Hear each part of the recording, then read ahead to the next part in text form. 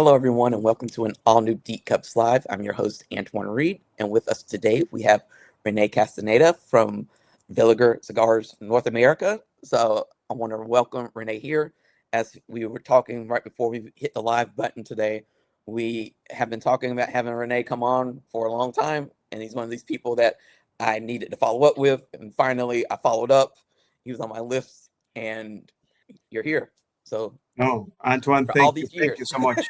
Thank you. Thank you so much. I know we don't, or I personally don't do many interviews between work and trying to be at the factory in Nicaragua, at the factory in the Dominican Republic. Sometimes my schedule is not that reliable and it changes a lot. So thank you so much for your patience and I thank know. you for I think like the fifth invitation that you have made to me. So I'm honored to be here. I always want to get like I've known you for years now, so you're always one of those people. I'm like, they'll make a good guest. Renee will make a good guest on here, and I was like, I need to have him on. So I just need to ask him until he's finally like, I'm gonna do it, so I can make this guy stop asking. So I appreciate you coming on today Thank you. Thank to you. tell people about Villiger and everything that's going on. But since you're kind of new to some people, like you said, you don't do as many podcasts, so I feel honored to have you here. But I wanted to start things off with a bit of a icebreaker question to kind of get the conversation started. So Yeah. for you, I wanted to know what's something that you enjoy that nobody else in the cigar industry would guess about you. This is my second hobby besides cigars is history. I even go to the university for history, a master's in history. So I do enjoy reading, studying, learning about history. So I have been crazy about that, especially the last couple of years, because I'm studying the pre-Columbian civilizations of South America. Oh That's wow. one of those weird specific spaces in history. But overall, I'm a history fan. I like to read about history. I like to learn about history. I like to be surprised by the things that I learn about history. So that's one thing that you have to be very close to me to know that that's what I do when I'm not selling or promoting cigars. Do you have a certain period in history that you like to study, or is it just You in know general? what? The other day I was reading that people about my age, which I'm 57, they tend to have two things that they look the in history: the Roman period or the Second World. Those two. I think that I'm over that phase. I'm trying to learn a little bit more about what was going on in America in general, the continent, right before Christopher Columbus. What was going on over here? Mm, And because most of the history has been written by the people that came and colonized the continent. So I was like, let me check into what really was going on from the indigenous people point of view. That has been my period that I'm passionate about.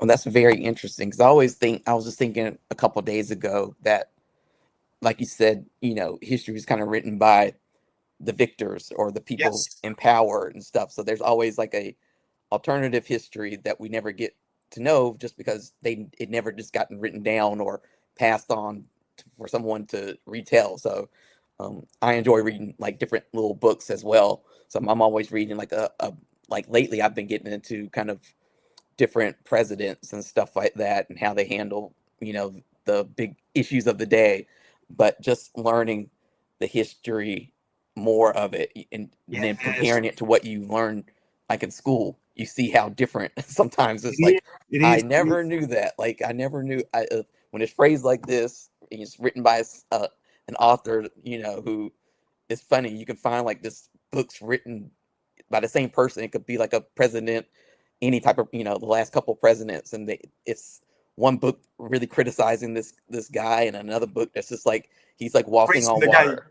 guy, Right. praising the guy. Speaking of books, I'm at this point, and this is a little bit of history, but it's not history because it's a book written by Carl Sagan, The Demon Mhm, Haunted World, and this was a book that he wrote right by the end of his life when he was diagnosed with cancer, and mhm. so he was more like about put your mind to learn methodically or to observe, the things in life. So that way you don't believe in all the myth, all the conspiracy, or all the things that media is bombarding you. So do your homework and find out different point of views of the same thing, because sometimes, like you said, quite different. The same story told by two different guys could be quite different.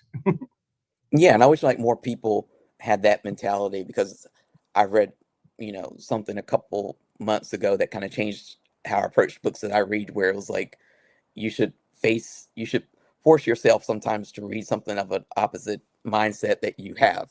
And sometimes I was Absolutely. like, I absolutely have a certain mindset that I read, and so I get all the books that are that certain mindset. And so sometimes I know No, but people it's look at normal. my I think that we all have the tendency to look forward or to listen to things that make us feel comfortable, that they don't exactly, challenge our beliefs.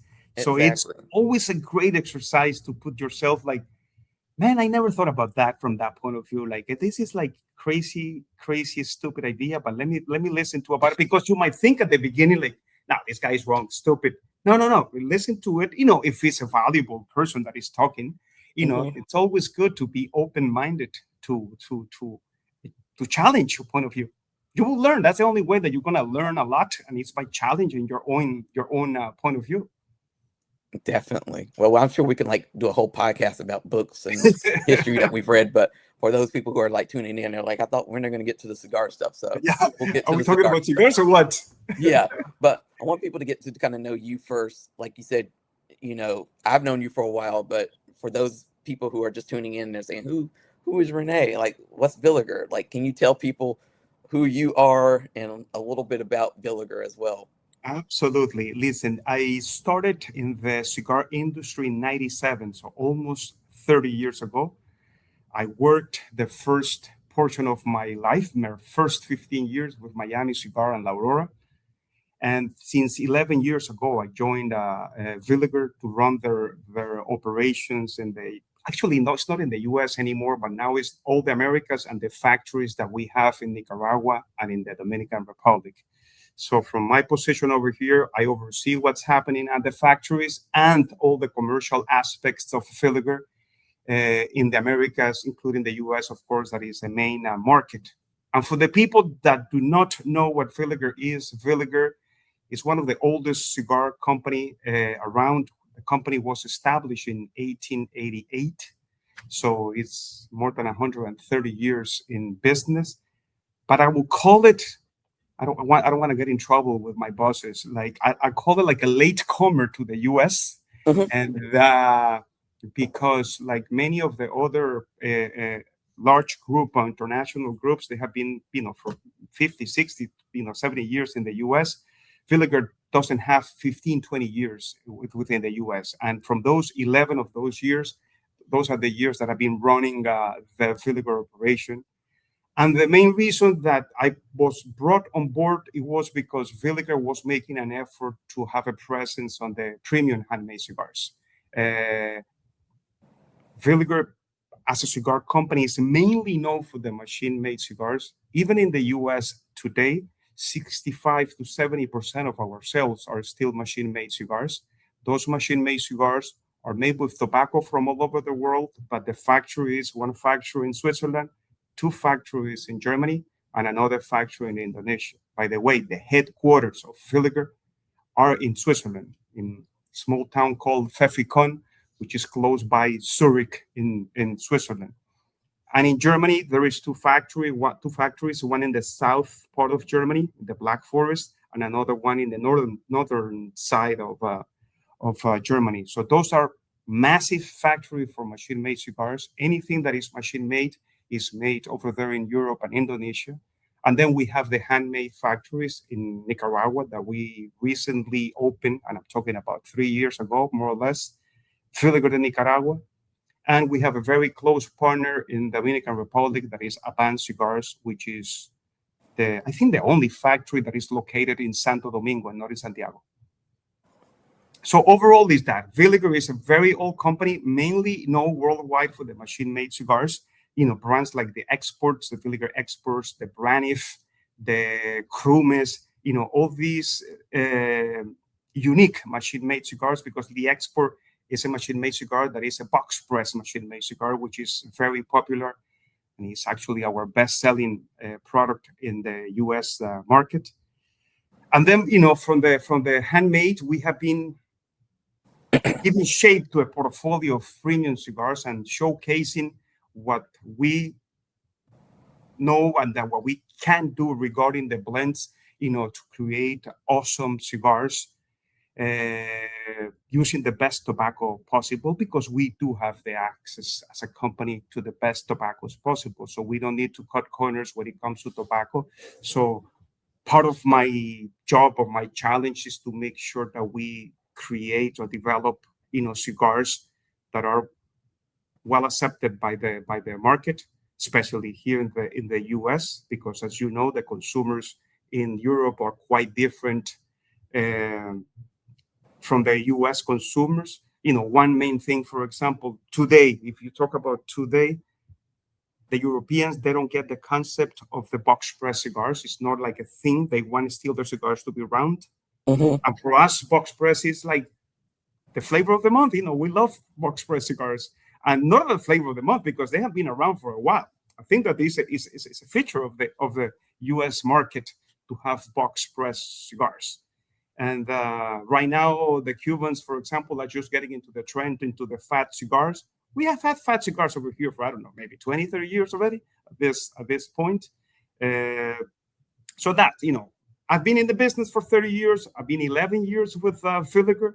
Villiger is one of the oldest, largest players in tobacco in the world, a newcomer to the U.S., and that has been the work in the last 10, 11 years, and is to build a reputation, especially on the handmade. The reputation was already established on the machine-made cigars, so we have been working hard to make great cigars and to be part of the. We have one simple goal, and we're not trying to be the flavor of the month for a cigar. We just want to be part of the regular rotation of the cigar smoker. That if one or two cigars that you smoke a week is a Villiger, we're very pleased with that.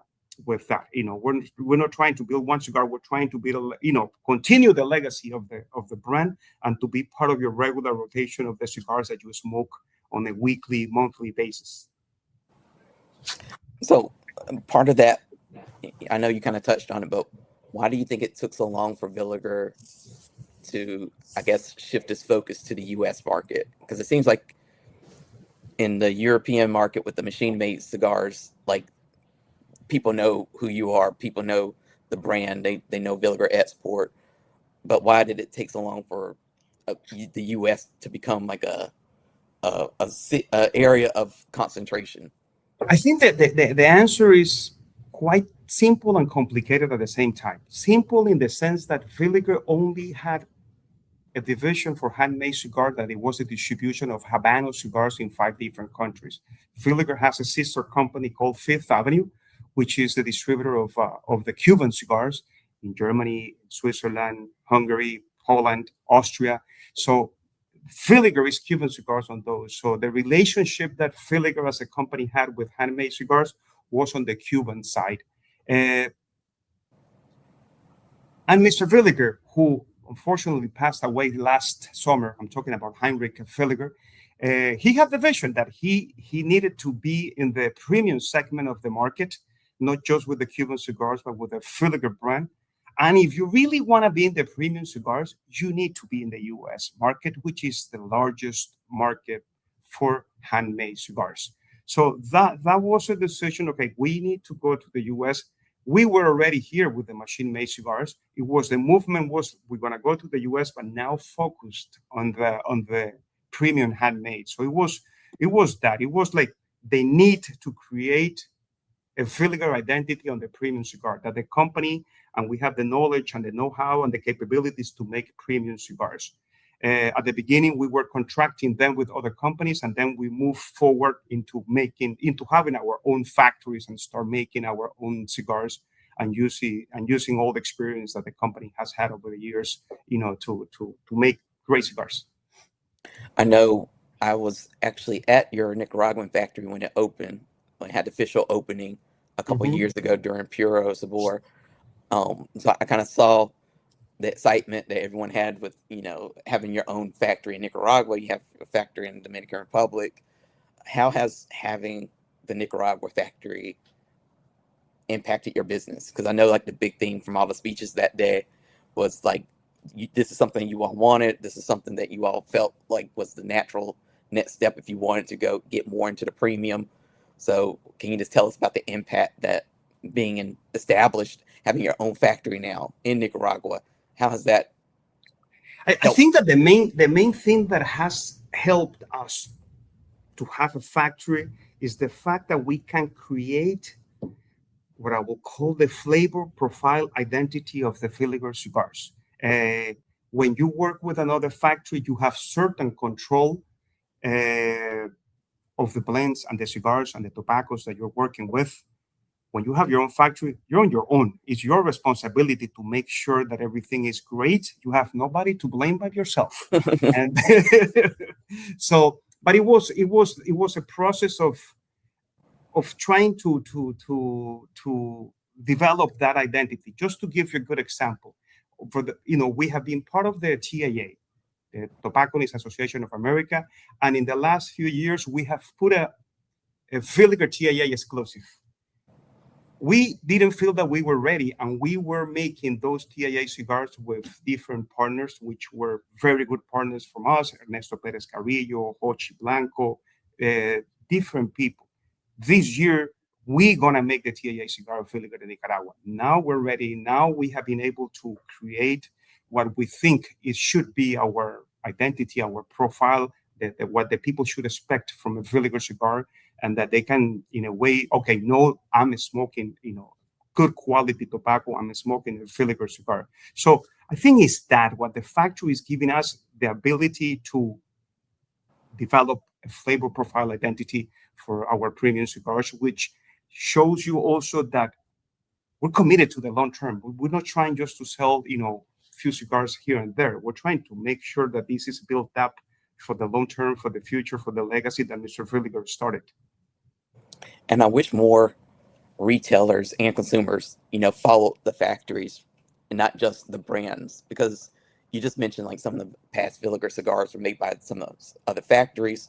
Now you're making your own, but the question we always get, with a new release is always, wrapper binder filler and MSRP, and then Yes. a quote from the company, and then we move on. But we don't really follow that factory story all the time. So it'll be in. No, and you know what? That is great with the team that we have over there, because it's like it was about a year ago. I was talking with our master blender at Villiger, Nicaragua. His name is Yasser Reyes, and I was telling him, like, listen, impress me, because he was asking me, Rene, do I have to make a cigar this way, that way, strong? Which brand I was trying to look, for to in a way.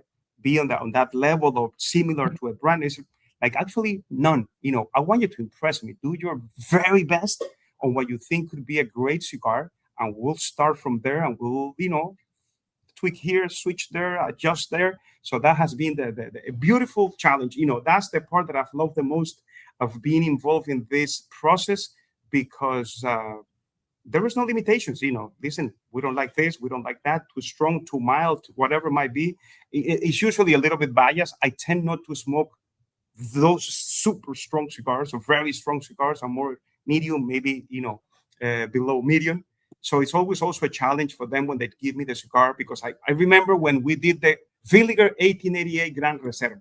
The Gran Reserva was tobaccos that were aged for 2 years, that we bought that were aged for 2 years. And then when we made the cigars, we aged the cigars for a year. But there was just one reason why we decided to make that move. When they gave us the cigar and we're smoking the cigars, I was telling the guys at the factory, this is too strong. This is like an overdose of nicotine. What can we do to level this down a little bit? Because it's great flavors, but after one cigar, I don't want to smoke the rest of the day. And they told me, you need to put it in the aging room. I say, how long? At the very least a year. I said, okay, let's do it. It's a great cigar. Let's do it. Let's put it in the aging room. And that's what we did. We waited almost 14 months when we released that limited edition, and we put it in the market. To have your own factory give you that ability to be able to play around and to do these type of things, and these, I would call, beautiful projects, because You're trying to give, again, the flavor profile identity to create your own footprint in the market, and having a factory, of course, facilitates that in a big way.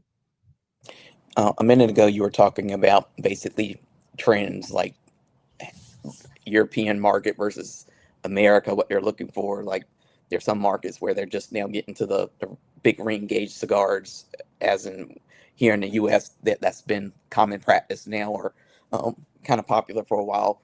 What trends are you kind of seeing in cigars like in 2026? Like, is it a certain type of cigar that people are looking for, that retailers are looking for? Because it always seems like like wherever we are this year is like already we're behind. Like there's some other trend already like far ahead, and lots of the companies are, since it takes years to make a cigar, like they're just getting caught up to like 2020, 2020 sometimes, or 2022, even though we're in 2026. So are there certain trends that you're seeing that you all are going, that's interesting? There is different trends. The first one is I see less and less open arms for the big fat cigars. Mm-hmm. The 60s are there to stay. Anything bigger, maybe not. I think still today we're back to Toro to be a best-selling size in any store. Maybe 3 years ago it was the 6x60. It's no longer the big seller. It is a seller, but not the top seller in that one. So that's one thing. The other one is the trend of like tone down the nicotine level. We want a full body cigar, but with a full flavor, not to get an overdose of nicotine. There is no need for me to get in dizzy when I'm smoking a cigar to enjoy the cigar. Like, let me have the flavor, let me have the complexity. Forget about the overdose of ligero in order to increase the punch that you had in the cigar. There was a time that was the thing. Whoever has the stronger cigar was the Mac Daddy of the cigars. Not anymore. Now let's talk about complexity and flavors and profile. I still think that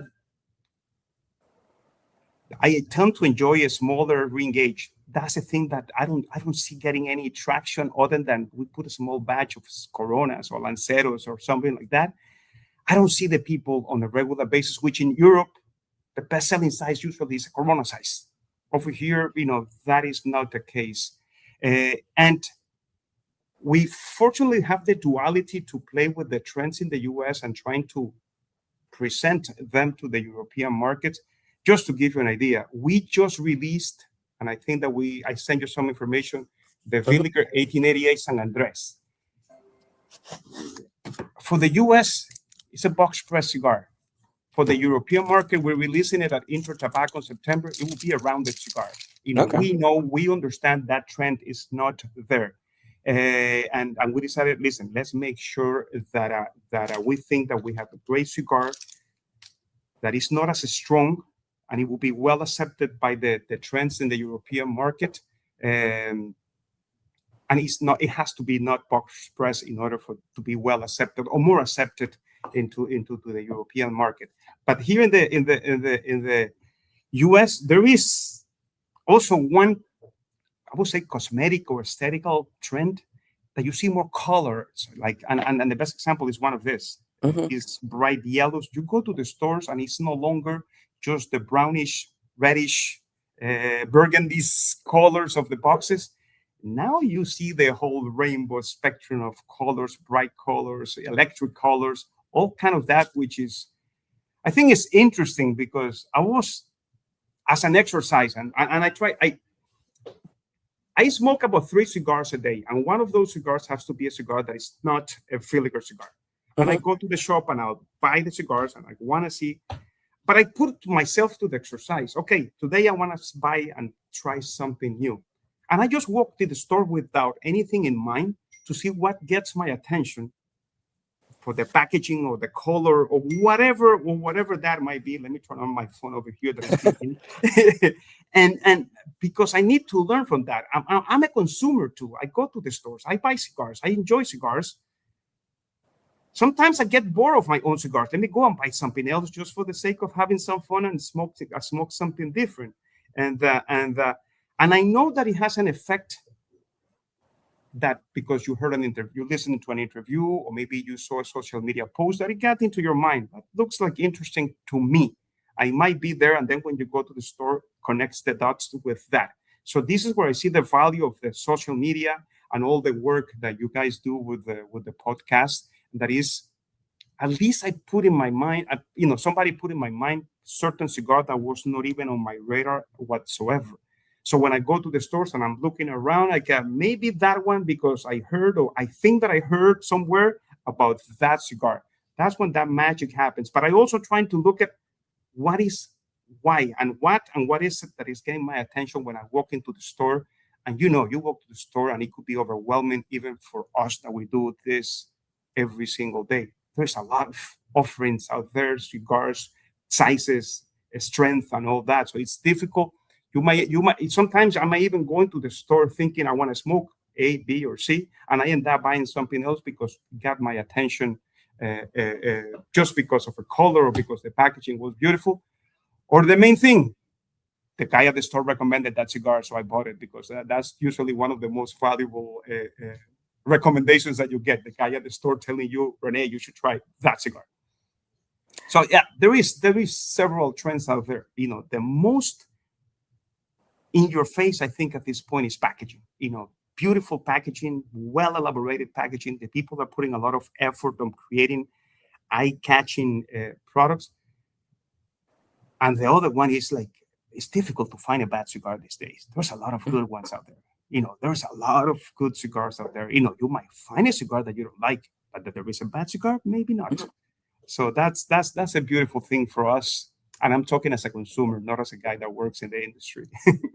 Now, I like that you mentioned like the packaging and the designs and the colors, because I think a couple episodes ago we were talking to Evis, Cigar Lover 12, about the colors of cigars and stuff like that, and the packaging, and it's how it's gotten so much more vibrant. As you said, it used to be like you could only use certain colors, and I remember starting off as a graphic designer in the cigar industry in 2010, and it was like you can't use pink, you can't use can't use this color, absolutely can't use this color, and it was like this is the color palette, and it was like red, maroon, brown, gold, and it was like those are the colors. I remember when I started with Villiger and we released the La Flor de Inclán, and it was a blue box, nothing crazy. It's just a freaking dark, deep blue.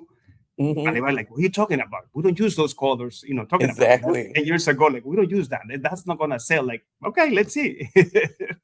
Like, well, I do like that you walk into a humidor, because I think people, if they don't know like the story behind a cigar, what's gonna hook them to a cigar, and it's gonna be the packaging or the band.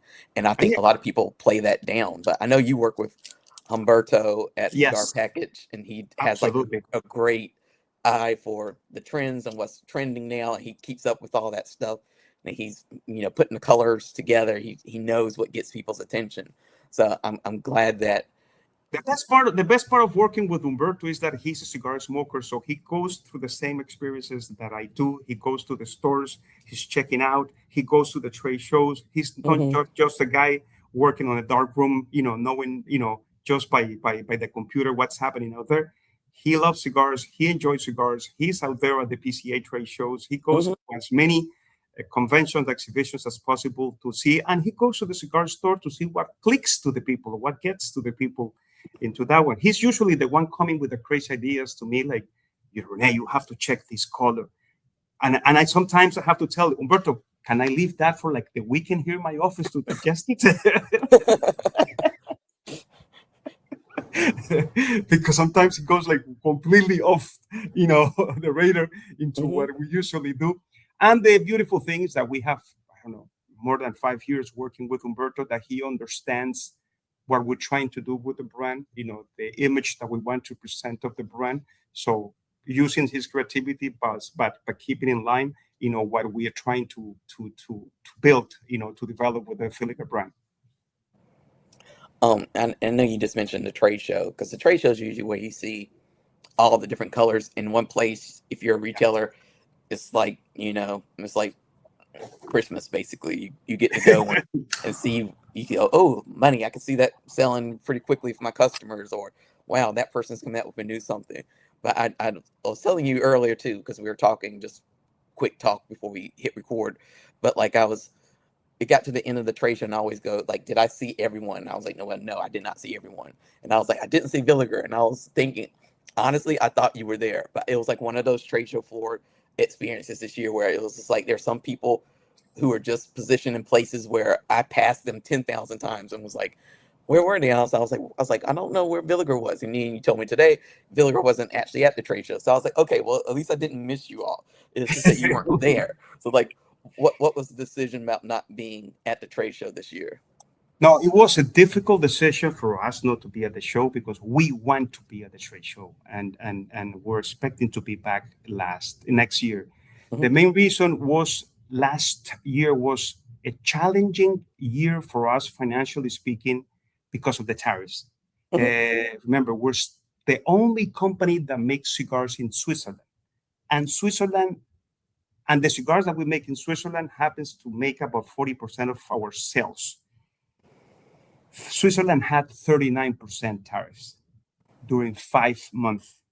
And it's machine made cigars. There is so much that you can increase the prices because if not, you price yourself out of the market. Hmm. So we had a price increase of about 9% to cover 39%. So pretty much we were working just crossing our fingers that there was going to be a solution for the tariff because it wasn't working financially for us. Pretty much we were losing money every time that we were selling the cigars. So by the end of the year, when the decision has to be made, and it was no decision about the tariffs to be dropped off, I had to make the decision. Okay, we need to cut all marketing expenses as possible, and it's not cheap to go to the PCA. For us, it's about $100,000 expense. So we decided we're going to hold it on now because not only that we have to go to the show, but we have to offer deals to the retailers. So it's like, I'm going to take out the PCA presence to be and continue offering deals to the retailers and to continue with the sales because I cannot put more money into the situation that we had. And that decision was made in January when there was, just to give you an idea, December 17th was the day that Switzerland and the US signed the agreement to get the tariff to 15%. So it was already the end of the year for us. So at that moment, I had to present a plan to the board of directors, and I told them, I'm out of the PCA because I cannot afford it. It was just a simple financial decision. Hmm. Complicated, but simple. I don't have the money to go to the PCA, so we need to skip it for now and to be as supportive as we can for the association. But as a company, we were in the survival mode at that moment. Like, listen, we need to be cautious over here because 40% of our sales, we were not making money. We were just keeping ourselves there, waiting for a better day. And finally, the better day came when the tariffs were put down. And today, I think Switzerland is 13% that we have to deal with the tariffs. So it was a good change for us because it was quite difficult to have a 39% tariffs. So I hope that answers Oh no, the like difficult I'm question glad of the you I'm PCA. glad you spoke about that, and that was the reason because it makes perfect sense. Because I know today on Cigar Aficionado, I believe, like they reported CAA's usual kind of quarterly report, and Mhm. it said something about imports being down slightly or flat or something of that nature, and we we don't always get answers, like that. That's a pretty straightforward answer. It That is. It is. is There's no like, sugarcoating over here. There's no sugarcoating over here. It was a financial decision because we were not making money. We were able almost to break even, but we were very close to being the red, at the end of the year. The handmade help us, but as I told you, handmade for us is 35%, and the 65%, 40% of that one is products made in Switzerland, which it was difficult. And we were already exploring the option. If this is going to continue, we might need to move production, to our other factories in Germany, mhm. which was, the European Union was 15%, or explore a partner in the Dominican Republic to do this. So yeah, it was difficult, but it was simple at the same time. It was a simple financial decision that we needed to make and say like, okay, we got a lot of rumors, Villiger is going out of the market, Villiger this, Villiger that. I got different phone calls, and I was trying to explain to people this. It's just a financial decision. We're not going anywhere. This commitment is for the long term. We're trying to continue building the legacy of the brand. The company has been in business for more than 130 years, and we want to be in the U.S., so we're not going anywhere. We just, taking the right steps to make sure that this is not just a crazy adventure, but it's a sound and reasonable and financial balanced adventure.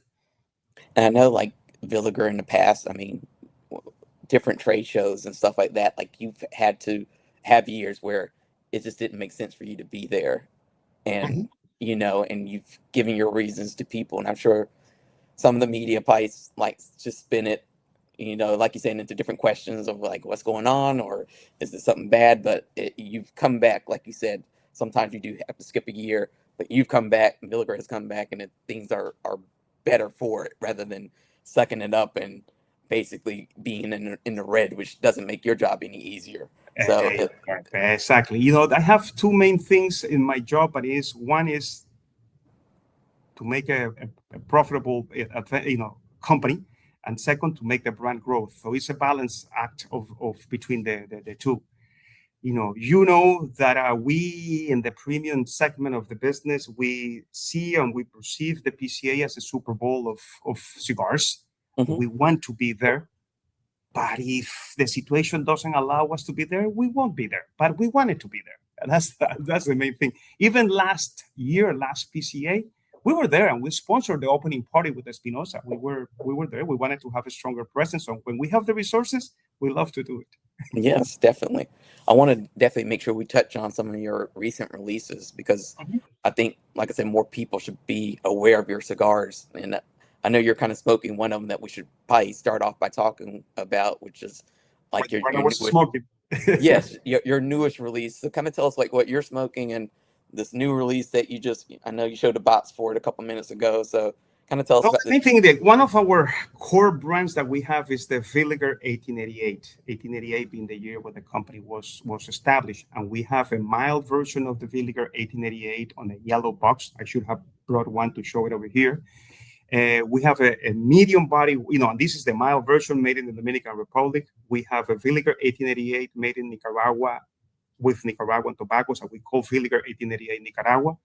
That's a medium body. And the latest release is the Villiger 1888 San Andrés, pretty much medium to full body. Cigars are aged for 6 months,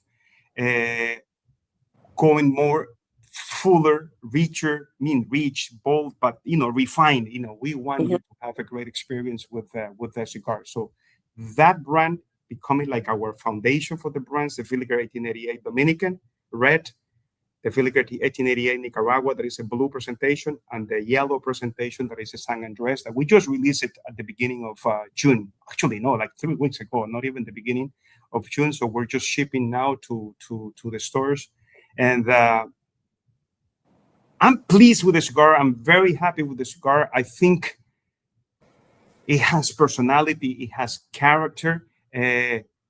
Listen, I think when you have the ability to have good tobaccos, like we're fortunate to have, access to very good tobaccos, it makes your life a little bit easier to make, great cigars. So we're fortunate in that sense that we have very good tobaccos at the factory.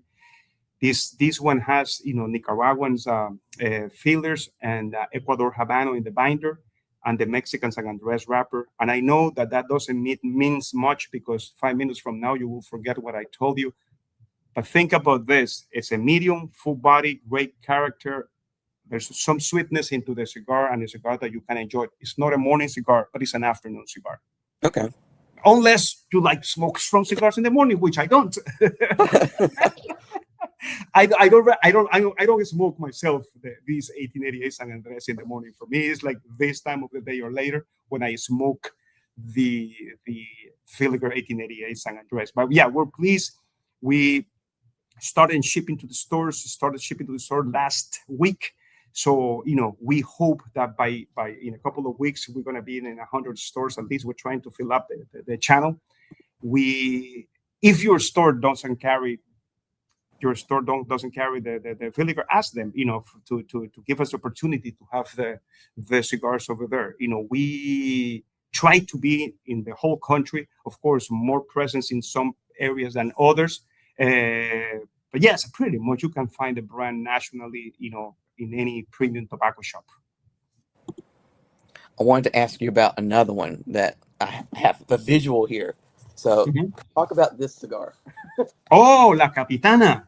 because Love it. I got this is a couple months ago, and actually it's funny And you because should be getting the package for the San Andres in the next few days, because we yes, were I just think I shipping saw those on I Friday. saw the alert come in, but that one is funny because like I think I read about it online, and usually what I do is I don't know, when people are going to send stuff, and I don't conduct myself like that. But it's like if I see something I really like, this comes to the humidor story, like the colors and stuff like that. I was like, ooh, I like the color. I like that. It seems like there's a story behind this cigar, and it made me look for this cigar. And I think I got it from Neptune, like right away.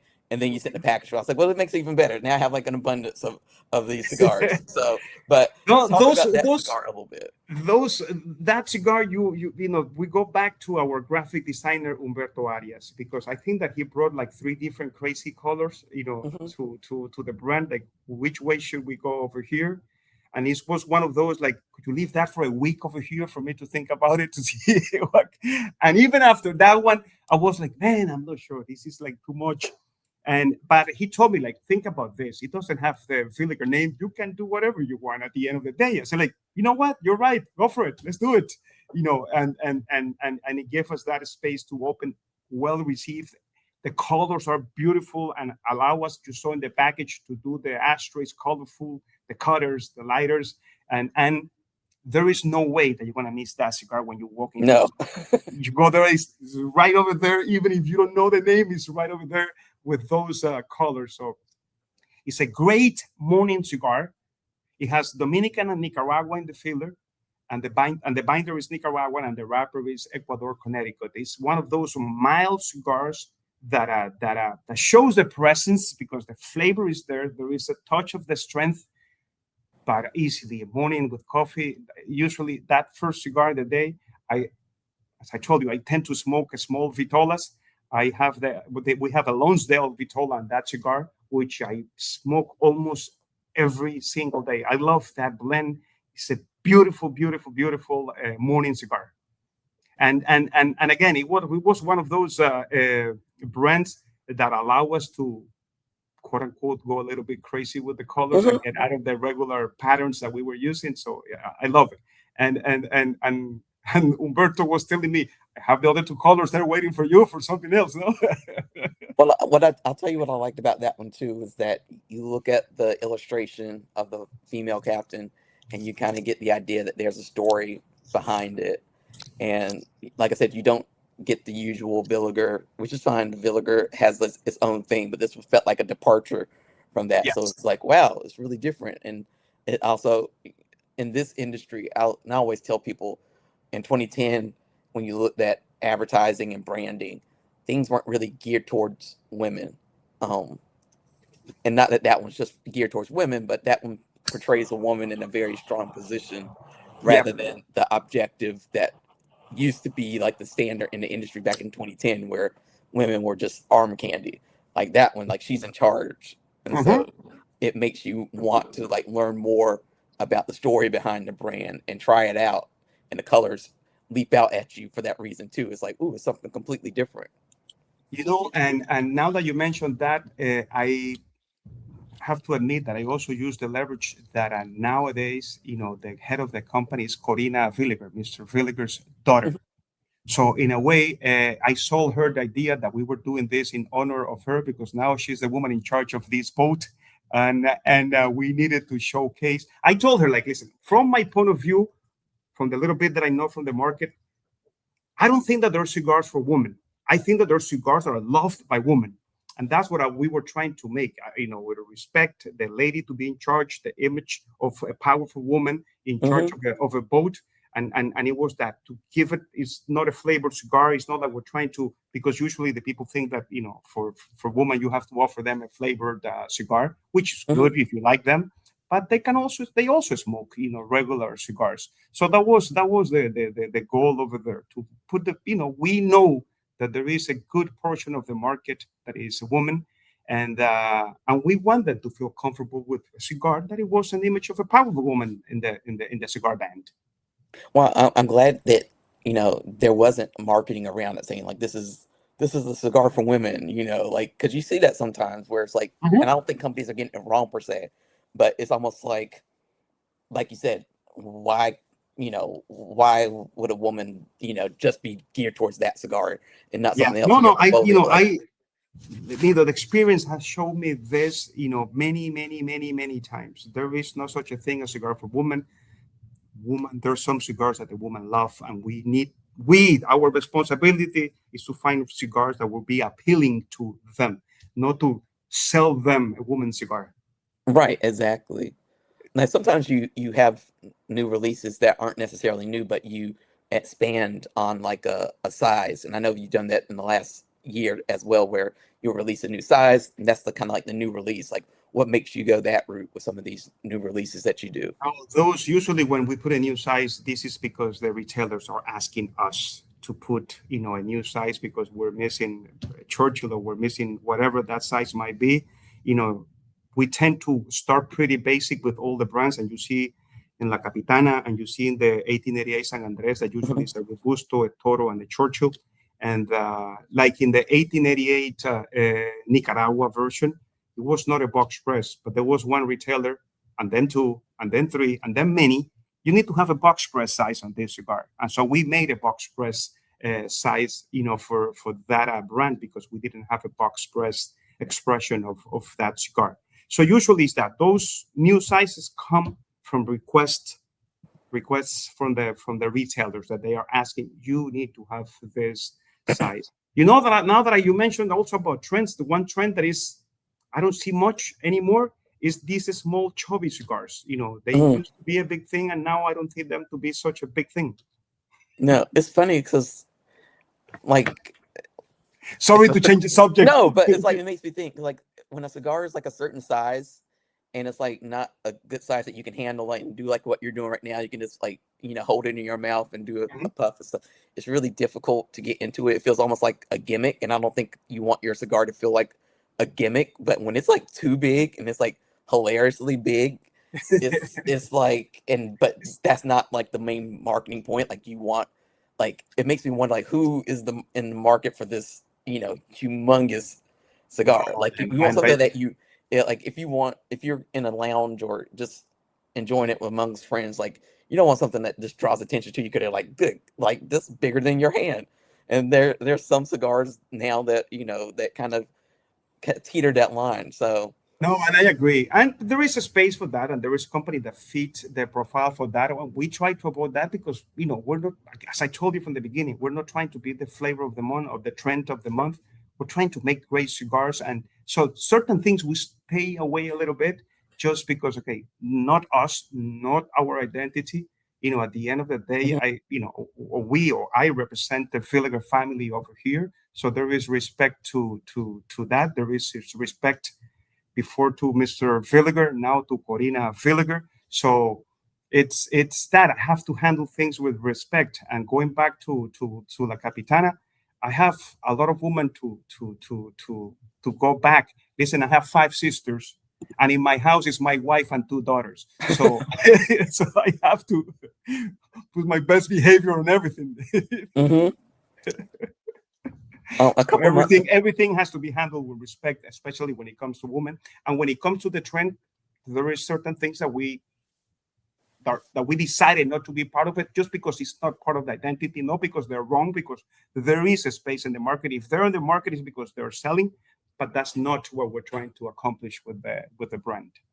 Yeah, I would imagine it's a little bit of a challenge because if you're trying to if you're trying to chase trends in this industry, like I said, it's rarely that it seems like you're going to release something within a year. Like with some factories, like it's like usually a couple years in planning. I know you probably are Oh looking at yes. cars that are like 2020, like late 2027, 2028 at this point, and so if you're going for a trend that you see like right now, by the time it's released, it could be completely, Gone dead. beyond.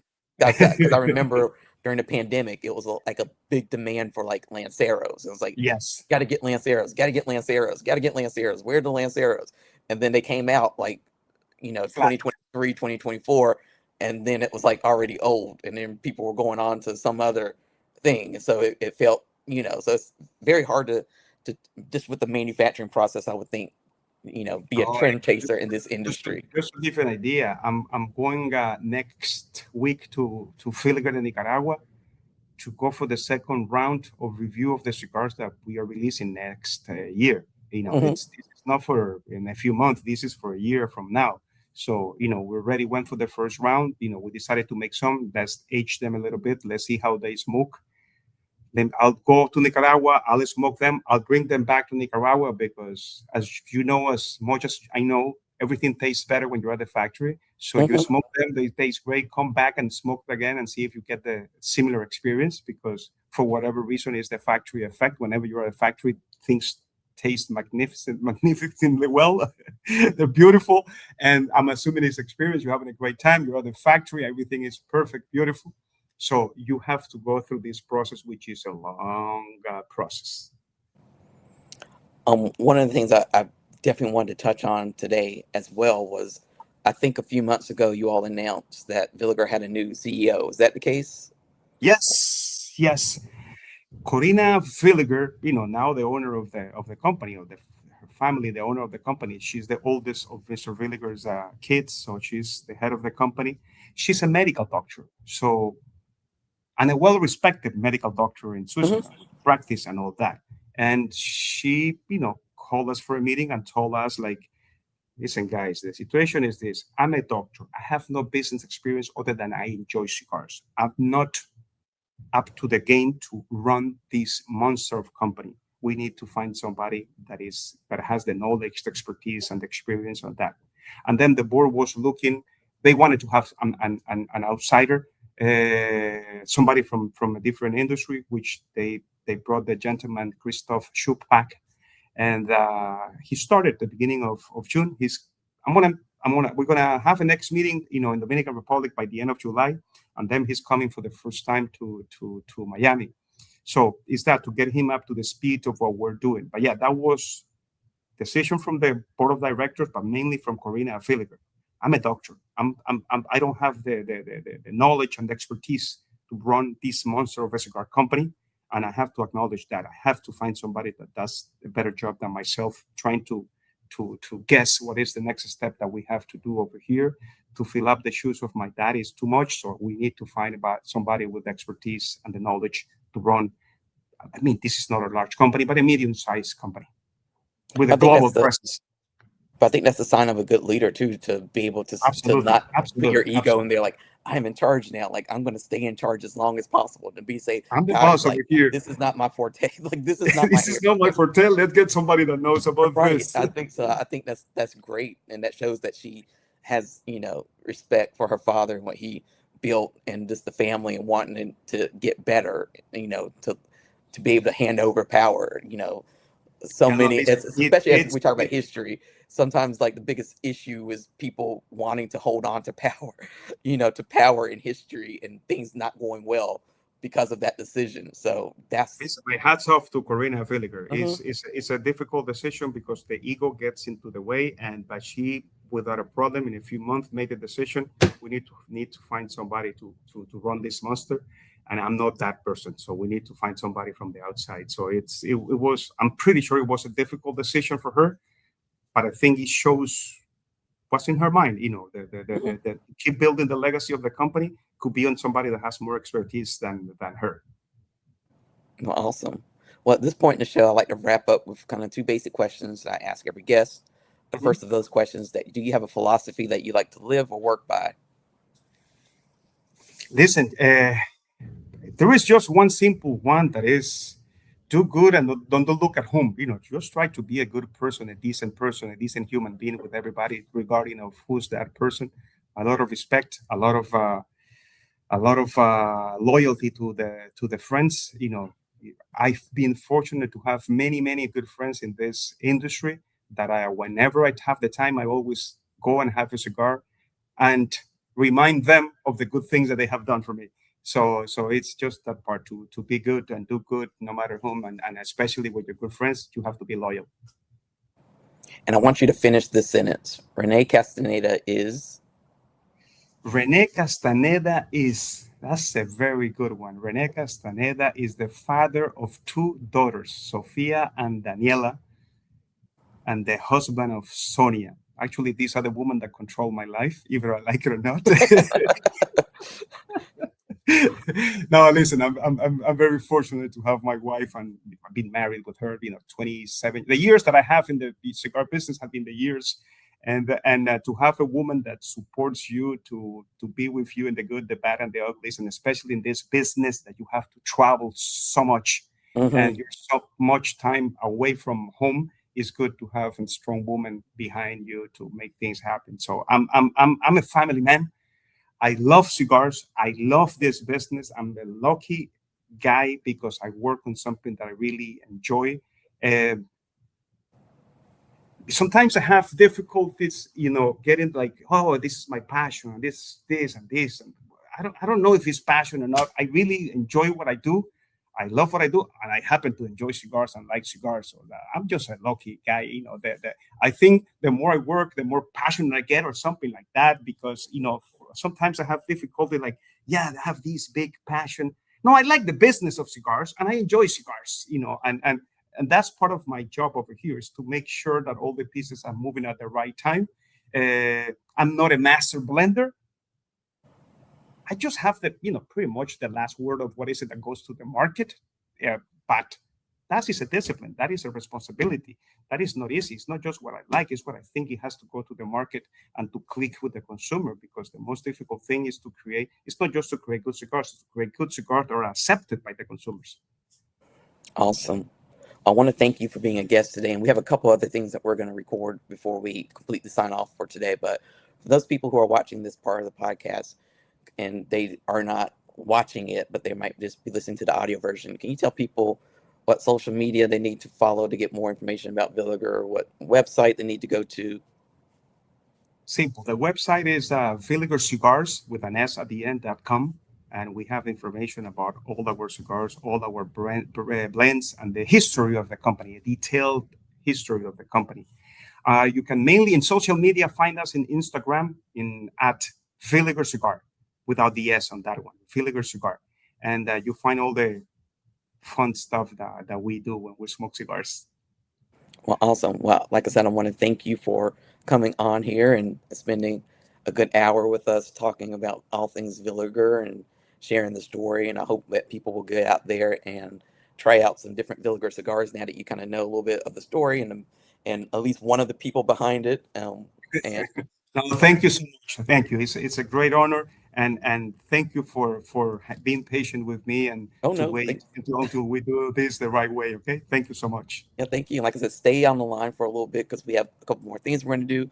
But for those of you watching, thank you for watching. Thank you for listening. If you're whatever social media channel you're following this and you're seeing this video on, just be sure to hit the like and follow button. If you want to see any more of this episode or any of the other episodes of Deep Cuts Live, you can do so at youtube.com/Deep Cuts Live. That's where you'll find all the full episodes. And also you can find Deep Cuts Live on all the main podcasting platforms out there. And until next time, thank you, everyone. Thank you.